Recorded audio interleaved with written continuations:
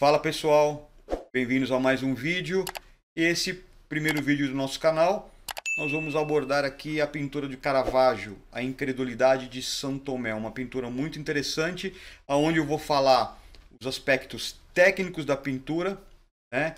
E Danilo vai falar sobre o texto referente a essa cena, a esse acontecimento bíblico, que é justamente a incredulidade de São Tomé.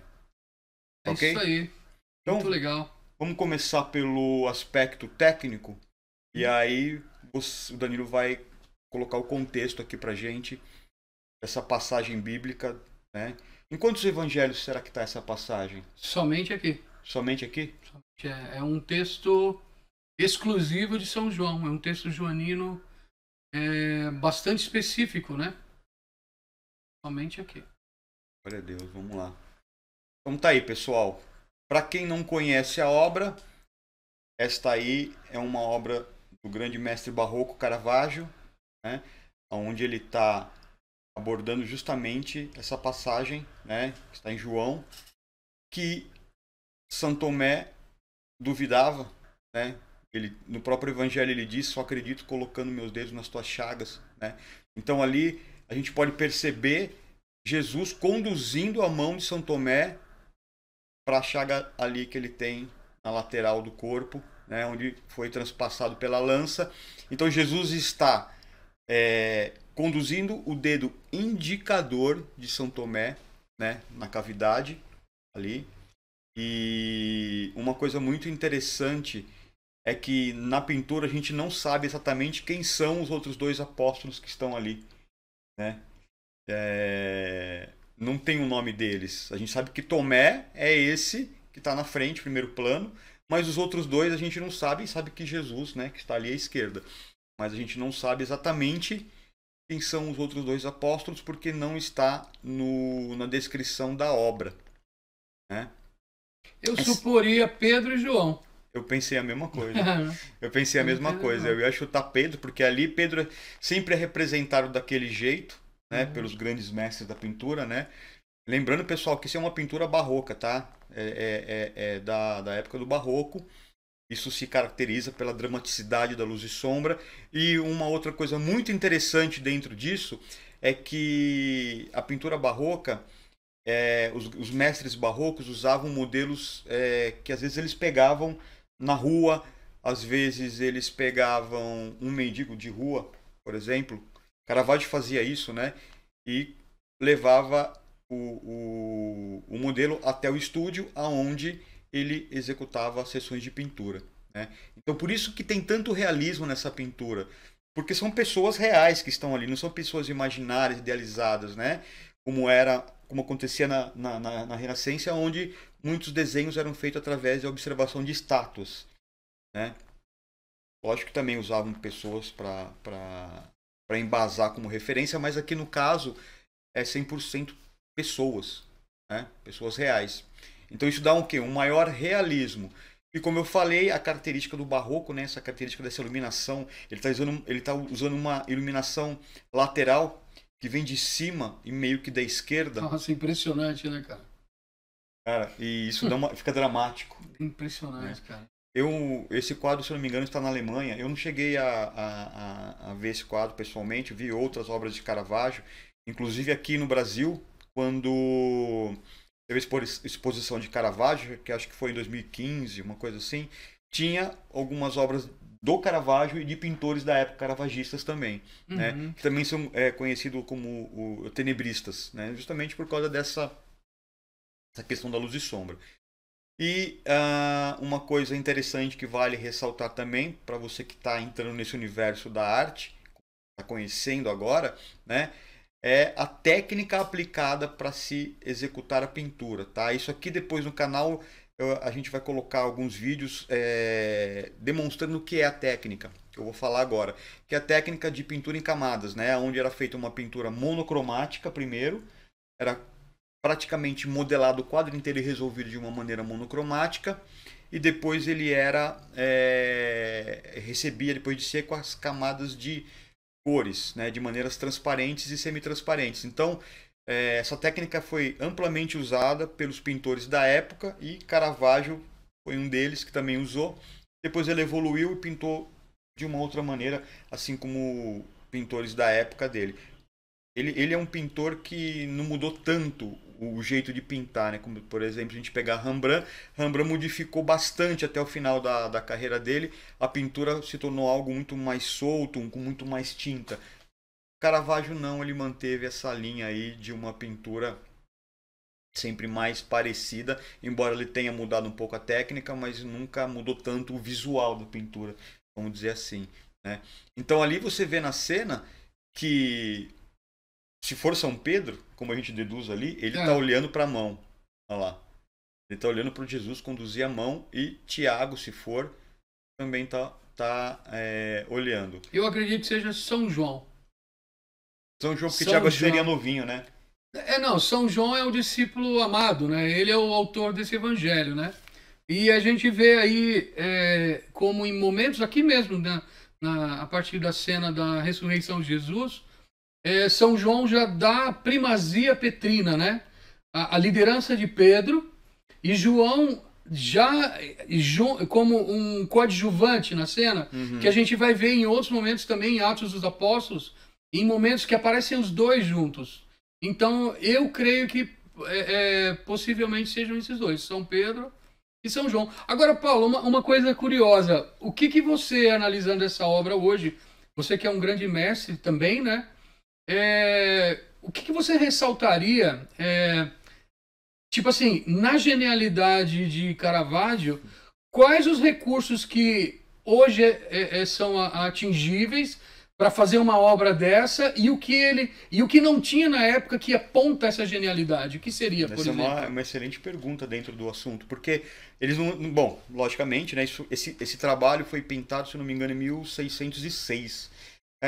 Óbvio, não existia fotografia. Então, dificultava muito, porque ele tinha que levar os modelos para dentro do ateliê. E assim, você tem 4 figuras aí. Não necessariamente ele levou as 4 figuras de uma vez, porque ele não conseguiria desenhar e pintar os 4 ao mesmo tempo. Provavelmente ele colocou as figuras individualmente ali. Nossa, é impressionante. Não, cara, e foi pintando. E aí depois, em algum momento, ele pode ter juntado todo mundo para dar um acabamento, mas dificilmente ele ia pegar os 4 modelos ali. Agora, deixa eu ver se eu entendi o que você está falando, né? Porque para mim também isso é totalmente novidade, né? Então, por exemplo, hoje você tem o recurso de fotografar essa cena, que seja com modelos reais, né? Pegar 4 homens e os 4 posarem para você, você fotografa, e aí você vai ter ali do lado do seu cavalete preso ali, né? Eu já vi você trabalhando, você coloca no cavalete um pregador assim, né? E aí é isso que você está falando? Exatamente isso. Nossa, impressionante, né? Porque no caso, né, era muito mais difícil, né? Não tinha fotografia, tinha que fazer isso. Então, isso era uma questão que dificultava. Fora, muita gente não sabe que os caras não tinham bisnagas de tinta. É mesmo? Bisnagas de alumínio, não existia. Não. Como é que eles armazenavam as tintas? Muitas vezes em tripa de porco, tripa de carneiro. Nossa, cara. Né? E mesmo assim não durava muito, porque existia ali uma oxidação da tinta, porque acabava entrando ar, né? Então, não tinha como os caras armazenar a tinta. Então, no dia que ele ia pintar, o que ele fazia? A própria tinta. Pigmento e óleo de linhaça, mais ou menos, né? Era o que eles usavam para fazer as próprias tintas. Ele não podia fazer muito, tinha que fazer o que ia usar. E eu lembro que uma vez você falou comigo, que foi até uma experiência que você viveu, não sei se foi para algum trabalho Brasil Paralelo, usar gema de ovo, alguma coisa assim? Sim, sim. Ele usava essa técnica? Como é isso? Usava. Eu tenho um livro chamado Caravaggio's Painting Techniques, que ele, de acordo com as análises químicas radiográficas da obra, eles descobriram vestígios, né, de gema de ovo. Aliás, de ovo, né? Proteína animal. Não sabe se era gema ou a clara. Eu falei gema porque geralmente o pessoal usa gema, né? Sim. Então, assim, isso daí na verdade era para ser incorporado à tinta, ao óleo, para estender o óleo, né? Você pode fazer isso de 2 maneiras: jogar solvente para diluir um pouco o óleo. Só que a pintura fica magra e ela acaba estragando. Então, se você adicionar à tinta um outro espessante, como por exemplo a gema do ovo ou a clara, você vai ter isso com muito mais plástica, né? Muito mais E plasticidade. ele encorpa. Ele encorpa, exatamente isso. Hoje isso é utilizado? Não, mas eu uso. Que legal. E sabe de que animal? Desculpa a pergunta. Ó, de galinha, né? De ovo frango, né? Galinha, na verdade, né? Que coisa impressionante, cara. Isso é fabuloso, né? Fabuloso, Pois é. realmente fabuloso. Agora, o que você falou, né? Eles não tinham fotografia, porque isso era fotografia da época, não é? Não é isso? Não é verdade? Exatamente, Não porque é? o que acontecia? A fotografia era algo que foi inventado bem depois, séculos depois, né? Então, eu sempre falo assim, e você como músico também vai poder entender muito bem isso. Quando não existia gravador, criaram um sistema de partitura, né? Verdade. Para poder registrar o som, a altura das notas e o ritmo. Uhum. Então outro artista poderia executar aquela música. Na época deles não existia a máquina fotográfica, então eles criaram um sistema de partitura da luz. Partitura da luz. Eu chamo de partitura da luz, Nossa, que é uma maneira cara, do quê? De você sim. representar a realidade visual através de regras que te permitem representar isso de maneira bem convincente, né? Então, isso é o diferencial, né? Creio que isso aí é o grande diferencial que a gente tem aqui na obra dos grandes mestres, né? Porque, como você falou, essa era a fotografia da Era época, fotografia. né? Eu entendo um pouco, mas como a gente convive há muitos anos, né? Uhum. Então eu acompanho o Paulo, eu fico até emocionado, né? Obrigado. Porque ali em 96 a gente já... 95. 95, 95. 96, né?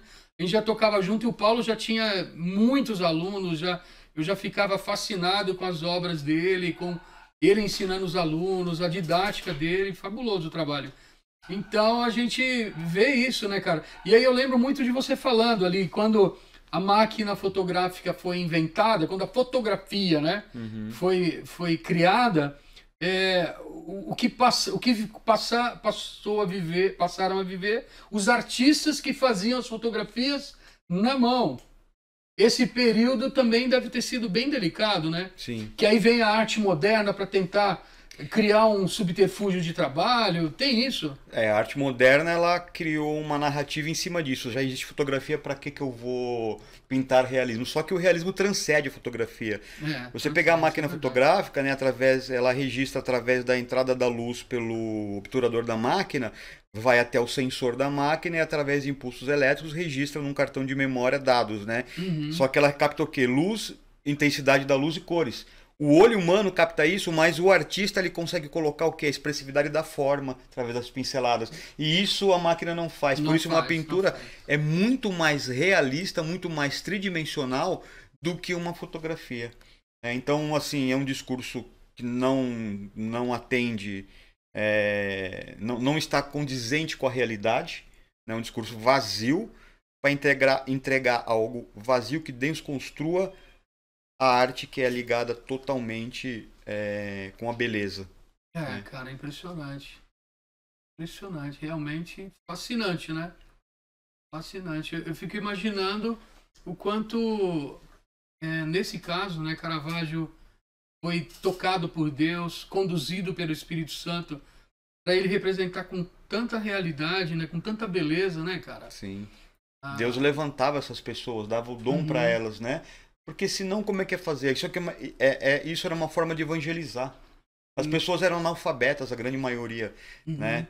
E a Bíblia estava sendo recentemente impressa ali de uma maneira, não como é hoje, mas já existia, a Gutenberg já tinha inventado a imprensa, né?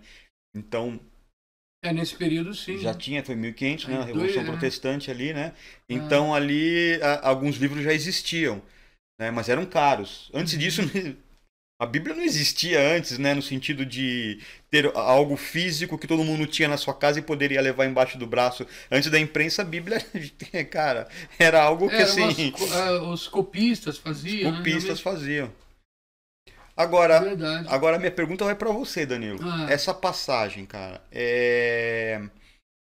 lógico que todo católico já leu essa passagem e conhece essa passagem, né?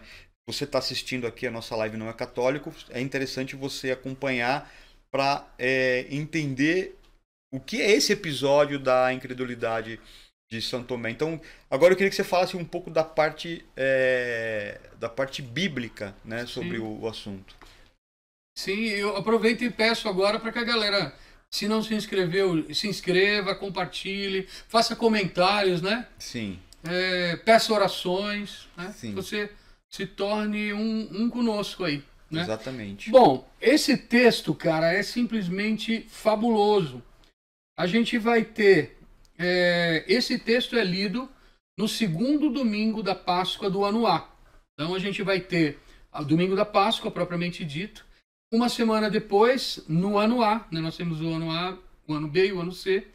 Uma semana depois, no ano A, hoje nós temos, e desde o ano 2000, né, a instituição da Festa da Misericórdia, por São João Paulo II, e esse é o Evangelho. E na realidade, o Evangelho desse domingo, ele não retrata somente essa cena. Se você puder deixar lá, Paulo, a cena, isso. A gente vai ter, esse relato está em Evangelho de São João, capítulo 20, do 24 ao 31. Portanto, a primeira parte começa no 19, que é a aparição de Jesus aos discípulos. Eu vou ler o texto aqui, eu peço para que eu leia o texto todo, porque dá para a gente contextualizar melhor, né?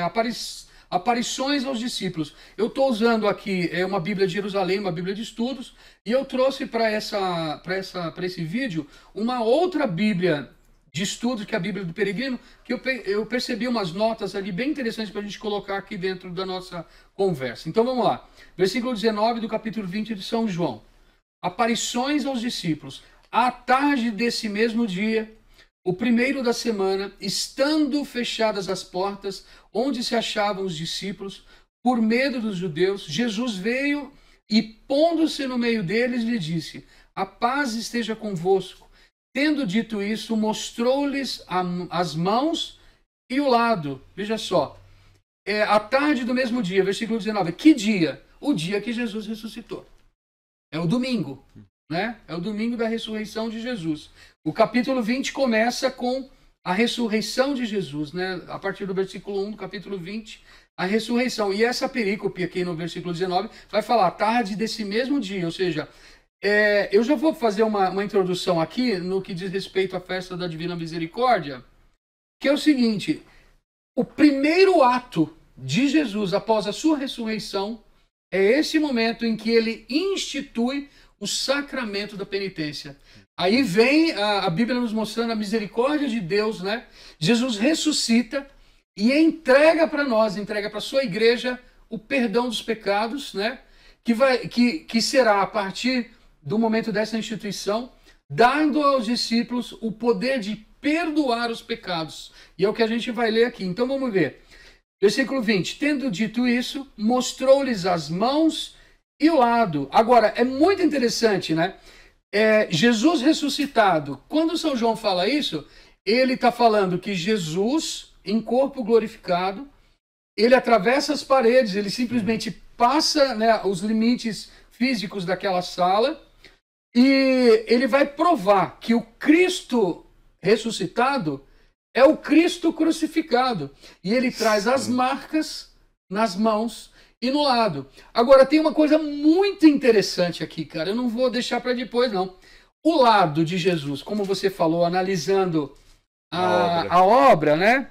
A gente vê ali, aquilo ali aconteceu, aquele buraco do lado de Jesus está no capítulo anterior. É uma narrativa joanina, especificamente joanina, e é o golpe da lança. Olha só, versículo 31 do capítulo 19. Vamos ambientar. Como era a preparação, os judeus, para que os corpos não ficassem na cruz durante o sábado, porque esse sábado era grande dia, era o grande Shabat, né? A gente sabe que o dia do judeu, inicia não à meia-noite, inicia às 18 horas. Então eles tinham um limite muito pequeno de tempo para tirar os crucificados, eram 3, né?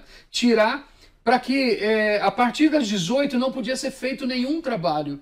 Entendeu? Como a gente sabe, é o dia de descanso dos judeus. Então era necessário que tirasse os corpos, né, dos crucificados. Então por isso que ele está falando, como era a preparação, é a sexta-feira antecedendo o grande Shabá, que é o dia da Páscoa. Como era a preparação dos judeus para que os corpos não ficassem na cruz durante o sábado, porque esse sábado era grande dia, pediram a Pilatos que lhes quebrassem as pernas e fossem retirados. Versículo 32. Vieram então os soldados e quebraram as pernas do primeiro e depois do outro, que fora crucificado com ele. Chegando a Jesus e vendo-o já morto, não lhe quebraram as pernas. E aqui há o cumprimento de uma profecia. Nenhum osso lhe será quebrado. Exatamente. O cumprimento de uma profecia. Isaías, né? Isso aqui a gente vai achar... Deixa eu ver aqui agora. Peraí. Onde é que tá isso aqui, cara? Eu acho daqui a pouco aqui. Mas creio... muito interessante isso. Se cumpriu a profecia. Se cumpriu a profecia. Eu não tenho aqui de cor agora, eu não me lembro. Você me pegou de surpresa. Mas você sabe uma coisa que dentro disso que você está falando, que eu achei louco? Porque o corpo glorificado de Jesus atravessou a parede. Correto? Uhum. Mas ao mesmo tempo, Tomé conseguiu tocar no corpo de Jesus. Como é que é isso, né? Um corpo que consegue, consegue atravessar a parede e ao mesmo tempo pode ser tocado. Sim, sim. Porque quando as pessoas pensam nisso, pensam em, vamos dizer assim, na linguagem popular, um fantasma. O fantasma atravessa a parede, mas se você vai pegar um fantasma, não tem como. Né? Olha só o que diz São Gregório sobre essa questão. Gregório. Aqui a gente já está voltando lá para o episódio dele atravessando a parede. São Gregório diz, o Senhor ofereceu para ser tocada, já está chegando até em São Tomé, né? A mesma carne que introduzira a portas fechadas naquela casa. Nisto vemos 2 feitos espantosos e, ao menos para a razão humana, contrários entre si.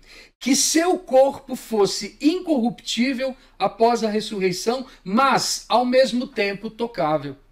Tudo o que é tocável, afinal, necessariamente se corrompe. E o que não se corrompe não pode ser tocado. Nosso Senhor, exibindo-se ao mesmo tempo incorruptível e tocável, ou seja, são 2 grandes feitos, né? Feitos espantosos, segundo São Gregório. Nosso Senhor, exibindo-se ao mesmo tempo incorruptível e tocável, mostrou como seu corpo ressuscitado ainda tinha ainda a mesma natureza de corpo, mas já outra glória. Agora, o que é mais interessante aqui, e por isso eu voltei aqui nesse texto, Paulo, é o seguinte, ó. Versículo 33 do 19. Chegando a Jesus e vendo-o já morto, não lhe quebraram as pernas. No 34, mas um dos soldados traspassou-lhe o lado com a lança e imediatamente saiu sangue e água. Olha que piração aqui, ó. O que significa esse sangue e água? Aqui nós temos a representação da Eucaristia e do batismo. A igreja, já para os padres da igreja, nasceu aqui. Aqui nasceu a Igreja de Cristo, com sangue e água. E quando agora nós voltamos lá para a aparição dele aos discípulos, chegando daqui a pouco em São Tomé, lá no versículo 20 do capítulo 20, ele diz assim, ó, tendo dito isso, mostrou-lhes as mãos e o lado. Voltando naquela narrativa inicial, o ressuscitado é o crucificado, que mostra as chagas das mãos e mostra o nascimento da igreja com o lado aberto. Ele está mostrando, porque veja só, ele mostra o nascimento da igreja com o lado aberto e institui, agora no que eu vou ler, o sacramento da penitência. Olha só, versículo 20, eu vou começar de novo 20. Tendo dito isso, mostrou-lhes as mãos e o lado. Os discípulos então ficaram cheios de alegria por verem o Senhor. Ele lhes disse de novo, a paz esteja convosco. 2 vezes ele diz a paz seja convosco. Shalom, né? Como o Pai me enviou, também eu vos envio. Agora vem. dizendo isso, soprou sobre eles e disse. Nesse soprou sobre eles, a gente vê, a gente vai voltar lá em Gênesis, na criação do homem, quando Deus sopra o seu hálito. Eu lembro do Fradão ensinando isso pra gente há 20 anos. Ele falou assim, é isso mesmo, onomatopeia, é o som, né, do sopro. É o ruá, né? Em hebraico, o sopro, né? O ruá. E aí, aqui ele é a nova criação. Um novo homem. Um novo homem, novo exatamente. sopro da criação. Exatamente. E ele fala, versículo 22, dizendo isso, soprou sobre eles e disse, recebei o Espírito Santo, aquele institui o sacramento da penitência. Aqueles a quem perdoardes os pecados, serão perdoados. Aqueles aos quais retiverdes, serão retidos. Aqui, a gente vai pular alguns dias, porque São Tomé não estava. São Tomé não estava. E aí lá no versículo 24, um dos 12, Tomé, chamado Dídimo, não estava com eles quando veio Jesus. Outros discípulos então lhe disseram, vimos o Senhor. Aqui eu vou para uma nota da Bíblia do Peregrino, cara, que é simplesmente fascinante, tá? Em primeiro ponto, isso aqui não tem como não falar. Na Bíblia do Peregrino, a gente vê uma nota falando sobre o versículo 24 até o 29. O episódio gravita rumo à profissão de fé feita por Tomé no capítulo 11, versículo 16. Olha como é bom a gente ter uma Bíblia de estudo, hein, meu amigo? Olha só, aqui a profissão de fé de Tomé já estava lá no capítulo 11, versículo 16. E o que acontece no capítulo 11, versículo 16? A ressurreição de Lázaro. A ressurreição de Lázaro. E qual é essa profecia de Tomé? Olha só, a gente sabe que Jesus estava distante, né? E ele, quando sabe da morte de Lázaro, ele espera um pouco mais, né? Porque a glória de Deus seria manifesta. E aí, olha só, no versículo 11, capítulo 11, versículo 26, né? Vamos no capítulo 16, né? Vamos no capítulo 11, versículo 13. Jesus, porém, falara da sua morte, e eles julgaram que falasse do repouso do sono. 14. Então Jesus lhes falou claramente, Lázaro morreu, por vossa causa, olha só, por vossa causa, alegro-me de não ter estado lá. Ele esperou, né? Para que creiais. A alegria de Jesus, porque ele sabia o que estava para acontecer, para que creiais. Aí no 15b vai falar, mas vamos para junto dele. Olha a profecia de Tomé. Tomé, chamado Dídimo, disse então aos condiscípulos, vamos também nós para morrermos com ele. Tomé está profetizando o martírio. Jesus, quando a gente analisa os 4 evangelhos, quando a gente vai estudar os 4 evangelhos, a gente estuda os evangelhos sinóticos, Mateus, Marcos e Lucas, e a gente estuda o texto joanino, certo? E a gente percebe uma diferença gritante entre os sinóticos e os de João. Quando a gente pega os evangelhos sinóticos, a gente vê que os sinais de Jesus, os milagres, são abundantes, né? Em João, não. Primeiro que João trabalha com o termo sinais. Ele transcende, porque a gente sabe que os milagres de Jesus, eles são para transcender, né? Eles têm significado, e a teologia mostrando que eles significam aquilo que ocorrerá posteriormente para a salvação das almas. E o Evangelho de São João tem apenas 7 sinais. Ele tem 7 sinais. Então você percebe, o primeiro é bodas de Caná. E a gente percebe que aqui, no capítulo 11, a gente está chegando ao fim da primeira parte. O Evangelho de São João tem capítulo 1, do 1 ao 18, é o prólogo. Do 19 do capítulo 1 até o final do capítulo 11, a gente tem o fim do ministério público e preliminares da última Páscoa. Até o final do capítulo 11 é o livro dos sinais. Do capítulo 12 para diante, até chegar à morte do Senhor, a ressurreição, é o livro da paixão. da glorificação de Jesus. E o último sinal é a ressurreição de Lázaro, que está prefigurando a ressurreição de Jesus. Só que tem um detalhe, cara. Quando Tomé fala, Tomé, chamado Dídimo, disse então aos condiscípulos, vamos também nós para morrermos com ele, ele está sendo usado pelo Espírito Santo para dizer que todos seriam martirizados. E o mais curioso que dos 12 discípulos, o único que não morreu martirizado foi o que escreveu esse texto, né? Morreu de velhice, morreu de velhice. Na ilha de Patmos, né? Isso. E ele foi levado numa situação, ele foi colocado num caldeirão de óleo quente e ele saiu de lá ileso. Então, tipo assim, a gente vê que o último dos 7 sinais aponta essa profecia para isso que está acontecendo aqui, ó. E como que isso acontece? Vamos continuar a nossa narrativa que eu vou ligar. Eu tô me estendendo muito, cara? Não, manda bala. Tá. Eu peço desculpa se eu tô me estendendo muito. Então, o que ocorre? Vamos voltar aqui para a Bíblia do Peregrino. A gente vê aqui, ó, o episódio, né, do 24 ao 29, gravita rumo à profissão de fé feita por Tomé. João 11:16. Vamos também nós para morrermos com ele. E a declaração final de Jesus, Tomé se desliga do grupo dos 12, né? Essa é a denominação técnica do grupo, né, do Colégio Apostólico, para representar um papel importante. É o incrédulo que pede provas palpáveis, que crê nos milagres indubitáveis, que coisa interessante, que, ironicamente, pela sua teimosia, acaba sendo testemunha excepcional. Serve de aviso para todos os que no futuro terão de crer por sua palavra, pela mediação do testemunho apostólico dos que viram. O que quer dizer isso aqui? Vamos ler aqui que eu já junto tudo. Versículo 25. Os outros discípulos então lhe disseram, vimos o Senhor.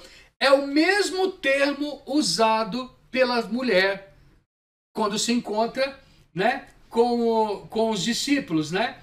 Maria Madalena foi anunciar aos discípulos, vi o Senhor. Ela viu o Senhor ressuscitado. E os discípulos vão dizer para Tomé, vimos o Senhor. É o mesmo termo usado, né? Vimos o Senhor. Onde é que eu estou aqui? Vimos o Senhor. Mas ele lhes disse, se eu não vir em suas mãos o lugar dos cravos, e se não puser o dedo no lugar dos cravos, e minha mão do seu lado, ele já sabia, né? Não crerei. 8 dias depois, ou seja, uma semana. Imagina o tempo que ele ficou pensando naquilo, esperando, vivendo aquela realidade, de não ter estado presente no primeiro momento, né? Veio 8 dias depois, achavam-se os discípulos de novo dentro de casa e Tomé com eles. Jesus veio, estando as portas fechadas do mesmo jeito, pôs-se no meio deles e disse, a paz esteja convosco. Disse depois a Tomé, põe, né, a obra lá mostra, né, põe teu dedo aqui e vê minhas mãos. Estende tua mão, lindo, né? E põe no meu lado, não sejas incrédulo, mas crê. Respondeu-lhe Tomé. Aqui, essa fala de Tomé, gente, também teologicamente tem um sentido muito forte. Meu Senhor e meu Deus. Ele confessa o Cristo humano, né, a união hipostática. Jesus 100% homem e 100% Deus. É a realidade divina e a realidade humana de Jesus. Ele faz a profissão de fé. Agora, que coisa interessante. Um outro dado do Evangelho de São João que a gente vai encontrar nessa resposta de Tomé aqui. Nessa resposta de Tomé. Meu Senhor e meu Deus. Um outro dado do Evangelho de São João. Nós encontramos no Evangelho de São João 7 vezes em que Jesus fala, eu sou. E o que quer dizer isso? Aqui a gente remonta ao episódio da sarça ardente, Êxodos capítulo 3, em que Deus fala para Moisés, o eu sou te manda. E ali, para falar com o faraó, né? E aí também aqui na Bíblia do Peregrino, a gente vai ver o seguinte, olha só. A profissão de fé de Tomé, né, meu Senhor e meu Deus, né? é plena. Meu Senhor, Adonai, né? Adonai. No hebraico, substitui em tempos posteriores o nome não pronunciado do tetragrama. O nome impronunciável, Yahvé, né? Nome impronunciável. Nosso Deus. É o título da aliança. Agora, por que eu estou querendo dizer isso aqui? Por que eu entrei nessa abordagem? Porque essas 7 vezes que Jesus fala, né? Eu sou o pão da vida, eu sou a porta, a gente vai achar no capítulo 6, no capítulo 8, no capítulo 10, no capítulo 11, a gente vai achar também no capítulo 15, eu sou a videira verdadeira. É que não dá tempo da gente mostrar todos aqui, mas o que eu quero dizer é que quando Jesus fala eu sou, ele está trazendo a realidade da prefiguração de Moisés, que Moisés é um tipo, né, uma tipologia de Jesus, a prefiguração de Jesus. Jesus é o novo Moisés e ele é Deus, né? Ele é Deus. Ele é Deus. Eu sou. E quando quando Tomé fala isso, ele está reconhecendo o eu sou, dito 7 vezes por São João. É a profissão de fé. Tudo isso está aqui e muito mais coisas que a gente não tem como falar. Tudo aqui, porque na realidade é inesgotável. Agora, exatamente termina essa nota da Bíblia de Jerusalém, né? E como uma resposta final às declarações eu sou do Evangelho. Jesus fala 7 vezes eu sou, e é Tomé, aquele que não estava com os 12, com os 11, né, na primeira aparição, que faz a profissão de fé e diga, eu entendi, tu és.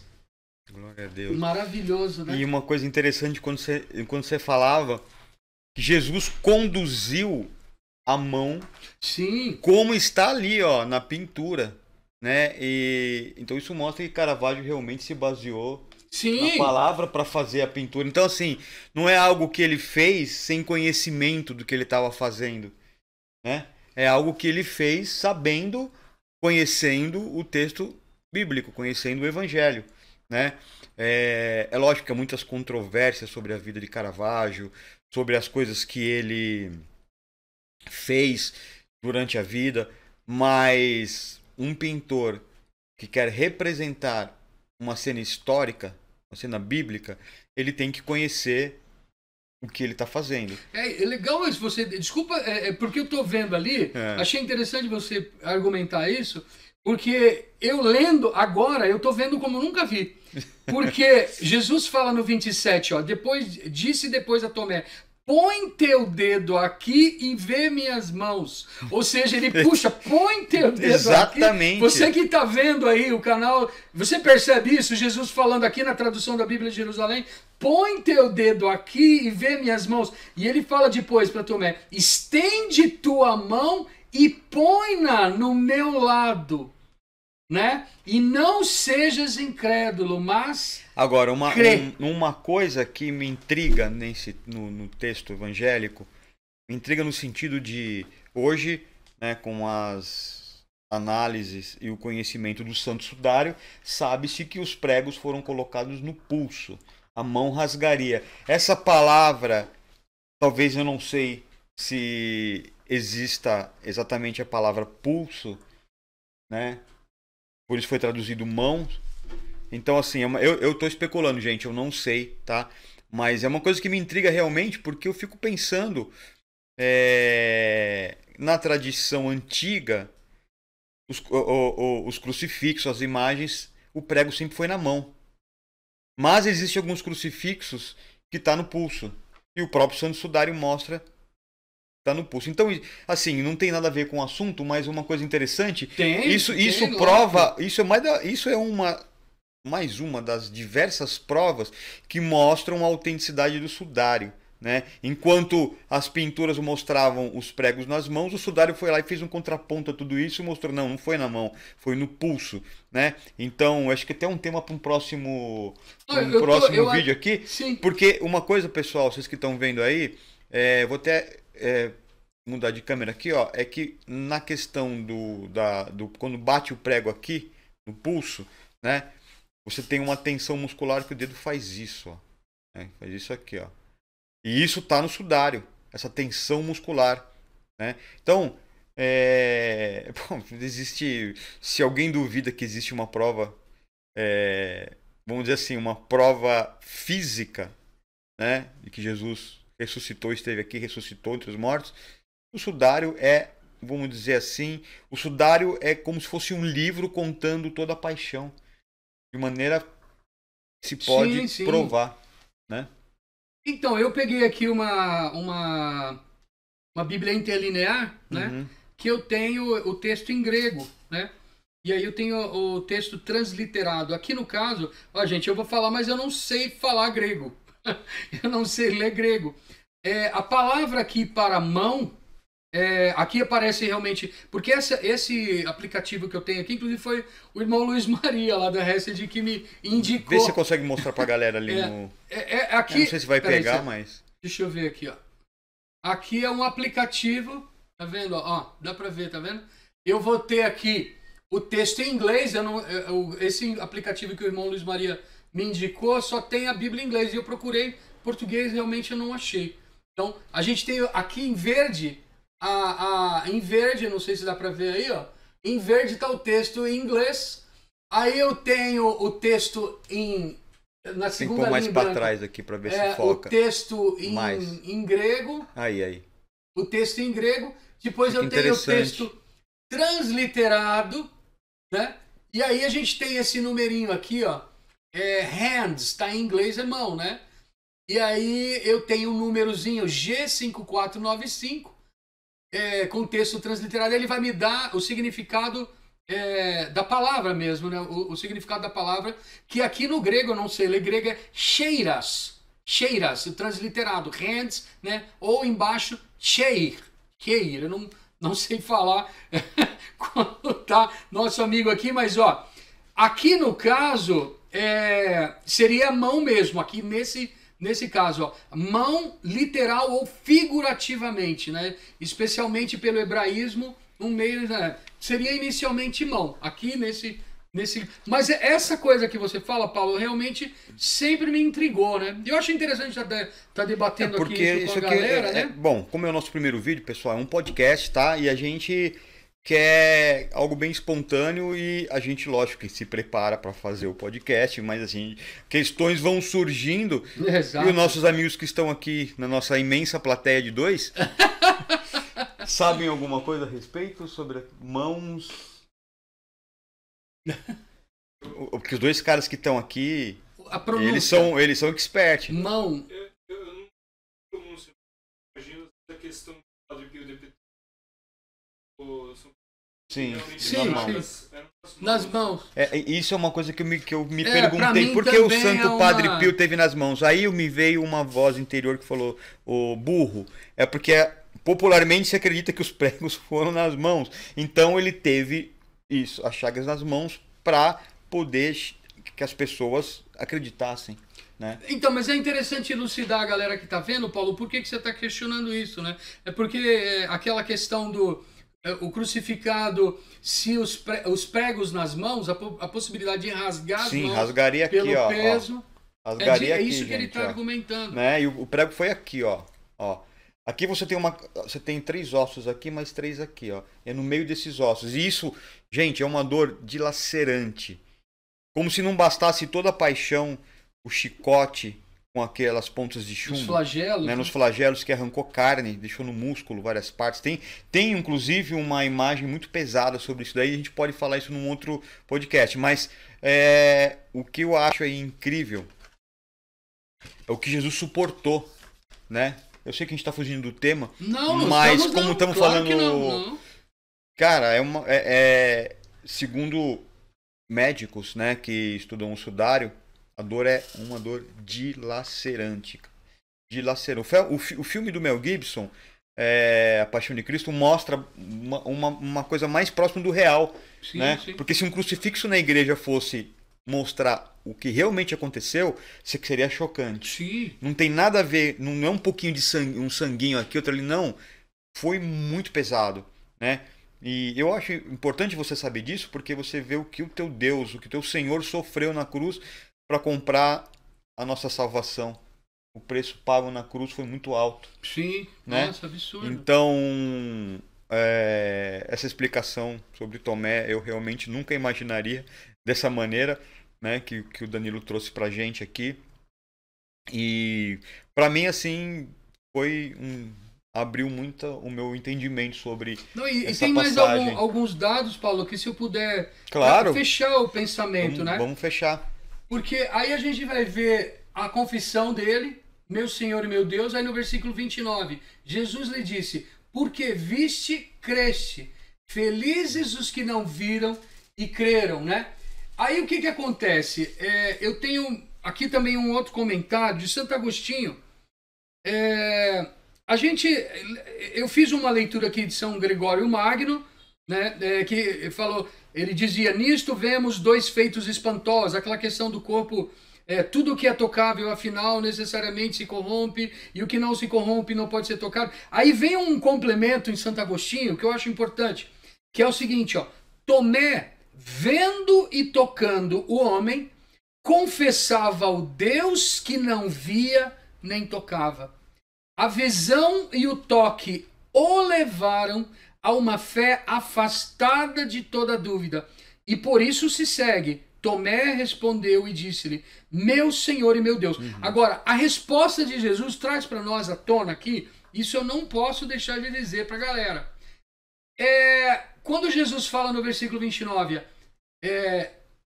Jesus lhe disse, né?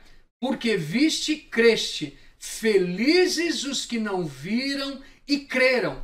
Aqui, gente, a gente tem um elemento importantíssimo na Sagrada Escritura que vai nos levar em momentos importantíssimos. Aqui a gente encontra, e na tradução da Bíblia de Jerusalém, o termo utilizado no português é felizes. Felizes. E o que quer dizer esse felizes?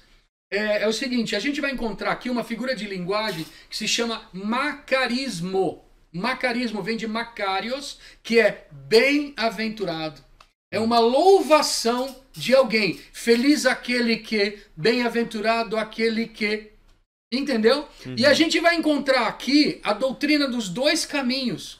E a gente vai ir lá no Salmo 1, o primeiro salmo do Saltério, que tem 150 salmos, nós sabemos bem, vai dizer para nós, eu preciso ir lá, gente, porque não tem como a gente não fechar com a doutrina dos dois caminhos, tá? Eu peço perdão se estou me prolongando. E lembrando muito. Que nós vamos colocar aí na descrição do vídeo, né, os textos de referência, né? Isso. E depois seria interessante, Danilo, você mostrar o livro. Eu vou mostrar. Ó, no Salmo 1, né, versículo 1 fala, feliz o homem. Olha só, o saltério começa com macarismo. Você sabia disso? Olha só, feliz o homem que não vai ao conselho dos ímpios, não para no caminho dos pecadores, nem se assenta na roda dos zombadores, né? E aí ele vai mostrar o contrário. Por quê? Nós temos o macarismo, que é o felizes, ou seja, o bem-aventurado. E qual é o contrário? Como é que a gente encontra na Bíblia? O ai. A gente encontra o felizes, aqueles que, e o contrário é o ai daqueles que. O contrário do macarismo, da bem-aventurança, é o quê? A maldição. Sempre que você encontrar na Bíblia o termo ai daqueles que, e você acha no capítulo 23 de Mateus, os 7 ais de Jesus. Ai de vós, escribas e fariseus. Ele vai falar isso, cara, que incrível, 7 vezes. Isso mostra o quanto a Bíblia é sim e não. Não existe meio termo. Não tem, Não cara. tem relativismo quando a palavra de Deus é lida. Você não vê... Deus não pode ser algo que seja levado de maneira relativa. Não cabe relativismo. Ele é absoluto. Ele é absoluto. E olha só, eu tenho um texto aqui no Evangelho de São Lucas, que tá, se você está com a Bíblia aí, capítulo 6, a partir do versículo 20, ele traz as bem-aventuranças, aquelas bem-aventuranças do início do Sermão da Montanha, lá no capítulo 5 do Evangelho de São Mateus, ele traz de forma bem específica, que eu acho interessante, ele vai mostrar 4 felizes e vai mostrar 4 ai. Olha só, versículo 20, erguendo então os olhos, São Lucas 6, 20, ó, erguendo então os olhos para os seus discípulos, dizia, felizes vós, os pobres, porque vós é o reino de Deus. Essa é a versão das bem-aventuranças de São Lucas. Felizes vós, né? E aí no versículo 21, ele fala duas bem-aventuranças. E no versículo 22, felizes sereis quando os homens vos odiarem. Aqui são o próprio São Mateus que profetizou, vamos também nós para morrer com ele, lá em 11:16 de João. Aí, o mais interessante é que Lucas contrapõe, a partir do versículo 24, as maldições. Mas ai de vós, tá vendo? 4 vezes. Ai de vós que agora estáis saciados, pois tereis fome. Ai de vós. E o que acontece? Quando Jesus fala essa palavra eu me empolgo muito com isso, Paulo, porque, cara... Como não se empolgar, né? Olha só, olha o que Jesus usa de macarismo. E em João a gente vai encontrar um outro macarismo. O outro macarismo, a gente vai achar aqui, olha que lindo onde está o macarismo. Está no texto da ceia, né, no lava-pés. Né? Aqui a gente vai achar um macarismo. Quer ver aqui no versículo? Onde é que está? Capítulo... Deixa eu achar aqui que o capítulo 13... Deixa eu achar só um minutinho que eu já vou achar aqui, galera. Ó, lembrando, é macarismo, não é macarena, hein? Não é de jeito nenhum. É bom explicar, né? Macarismo. Pode descontrair. Quer ver? Olha lá. 13:17. No capítulo 13, versículo 17, eu tenho aqui um macarismo que vai nos apontar para lá. Aqui a gente está na cena do lava-pés, né? Se compreenderdes isto e os praticardes, felizes sereis. Macarismo, bem-aventurados sereis. Aí a gente entra no outro tema muito louco, que é o ob audire. O que é o ob audire? É a obediência. Ob audire, no latim, significa ouvir com atenção. Na Bíblia, a gente não vai ter uma palavra para traduzir a obediência. Na Bíblia, irmão, a gente tem aquele que ouve e pratica. Entende? Ouve e pratica. E isso inclui, naturalmente, a fé, não é verdade? Inclui a fé. E a gente vai achar Paulo falando aos romanos, e aqui eu já me preparo para a gente fechar, né? Paulo fala aos romanos, e isso aqui é importante a gente viver isso agora, né? Colocar na presença de Deus. Romanos 2:13, porque não são os que ouvem a lei que são justos perante Deus, mas os que cumprem a lei que serão significados. Ou seja, não adianta ouvir. Não adianta ser fariseu. Não adianta ouvir. O que é necessário é ouvir com atenção, ob audire, e praticar. Ou seja, a adesão de fé de Tomé é o que importou aqui. Agora, Gênesis 50:20 nos diz que de todo mal Deus tira um bem maior. E onde é que eu encontro isso aqui? Essa fraqueza da fé, como você chamou a incredulidade de Tomé, né, referindo-se à obra, ela foi importante para nós. Porque Jesus diz para nós, felizes os que creem sem ver. Somos nós. Hoje, quando nós acreditamos, nós cremos no Evangelho, por que nós cremos? Porque houveram aqueles 12 do colégio apostólico, mas toda aquela geração que viu Jesus, e aquilo foi sendo transmitido. A nossa fé baseia-se no testemunho do colégio apostólico, no testemunho dos escritores, dos hagiógrafos, entende? Sim. A nossa fé. Então, felizes. Somos nós. E olha só como fecha São João Crisóstomo. Sempre que o cristão pensar ou disser, quem me dera eu vivesse naqueles tempos e visse Cristo fazendo milagres, lembre-se dessas palavras, bem-aventurados, macários, felizes, né? Bem-aventurados os que creem sem ter visto. Deus amado, eu peço que o Senhor visite o nosso coração, que o Senhor toque o coração de todos que estão vendo esse vídeo, seja lá aquele que vai compartilhar, seja o vídeo inteiro ou por cortes, Senhor, que toque, Senhor. O objetivo desse canal é que a fé, né, que vai entrar aí pelo ob audire, né, ouvir com atenção, Senhor, faz crescer em nós, né, faz crescer em nós essa fé, né. Meu ela Senhor, produz efeitos. Amém. A palavra sempre produz efeito, ela nunca volta Glória vazia, a Deus, não é? glória a Deus. Ela sempre... E a felicidade, brother, é que a gente se conheceu naquele ano lá, em 96, começou a fazer um som, tocou metal por tantos anos e hoje a gente, o metal que Deus permitiu a gente tocar na Igreja Católica, né? Era só um instrumento pra gente mergulhar na palavra, né, cara? Na verdade, eu sou fruto do meu próprio trabalho. E, na verdade, eu, através da banda, do Eterna, eu fui me convertendo e fui conhecendo a palavra. Então, a gente... o fruto começa na gente para depois poder se estender para os outros. Sim. Né? E, cara, eu não sei o que Deus tem pra gente amanhã, mas eu sei que nesse momento a gente atendeu a esse chamado de estar podendo continuar a nossa missão, continuar aquilo que a gente foi chamado de uma outra maneira, porque a missão não acaba, ela só muda o modus operandi, vamos dizer assim, né? Que agora é através do digital, né? Agora é através de falar de Deus, falar de arte.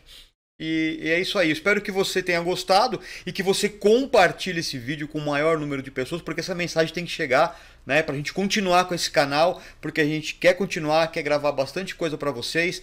Então compartilhe esse vídeo, deixa aí o seu like, né, ative os sininhos de notificações e, pelo amor de Deus, se inscreva no canal, né? Então... Divulga pra galera. Ah, e você falou da obra, que é importante mostrar. Ó, tá espelhado aí, né? Mas é Catena Áurea.